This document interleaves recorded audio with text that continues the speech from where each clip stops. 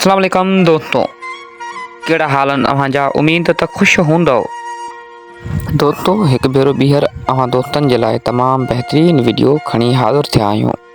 अॼु जी वीडियो में असां तव्हांखे सिंधीअ जे पुराणे न 5 नायाब फिल्मनि जे बारे में ॿुधाईंदासीं।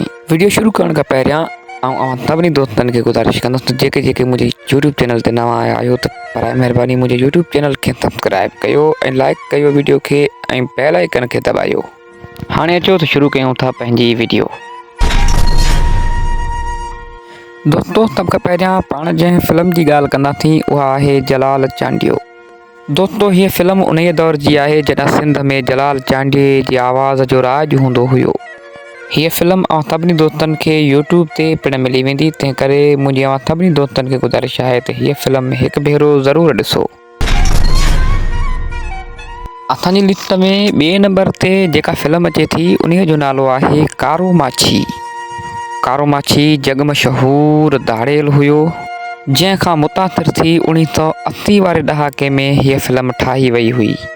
हीअ फिल्म पिणु यूट्यूब ते मौजूदु आहे, जेका तव्हांखे ज़रूरु ॾिसणु घुरिजे।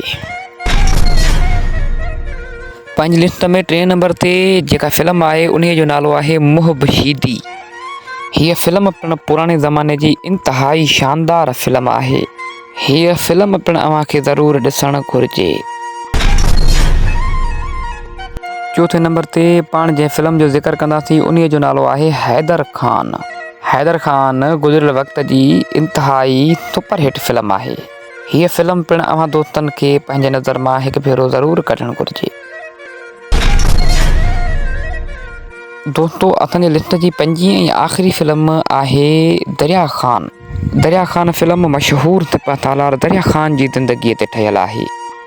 त ही हुई असांजी अॼु जी वीडियो। उमेद तव्हां सभिनी दोस्तनि खे बहितरीनु लॻी हूंदी। जेकॾहिं असांजी वीडियो अव्हां दोस्तनि खे वणी आहे त पर महिरबानी असांजे यूट्यूब चैनल खे सब्सक्राइब कयो, लाइक कयो असांजी वीडियो खे ऐं शेयर कयो पंहिंजे दोस्तनि सां। मोकिलणी कान्हे, वरी मिलबो इंशाअल्लाह के ॿी वीडियो में। तेसिताईं इजाज़त वठूं था तव्हां खां। सलामत, सिंध सलामत।